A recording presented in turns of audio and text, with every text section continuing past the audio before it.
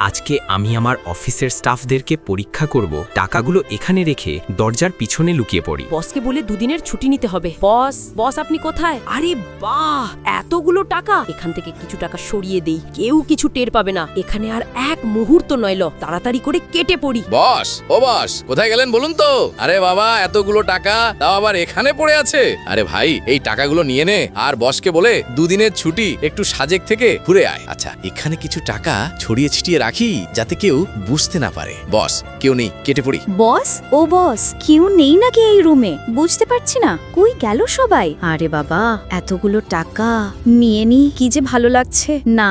এই টাকাগুলো নেওয়া ঠিক হবে না আমার, হয়তো কেউ ভুল করে রেখে গেছে। বস, ও বস, কেউ নেই বোধহয়, আমি বরং রেখে চলে যাই। শিলা। আরে বস, আপনি এখানে? শিলা, আমি দেখতেছিলাম আমার অফিসে কে সৎ কে অসৎ। আমি তোমার সততা দেখে মুগ্ধ হয়েছি। তবে জানো, তোমার এই সততা দেখেও কেউ চ্যানেলটিকে লাইক করে না, সাবস্ক্রাইব করে না।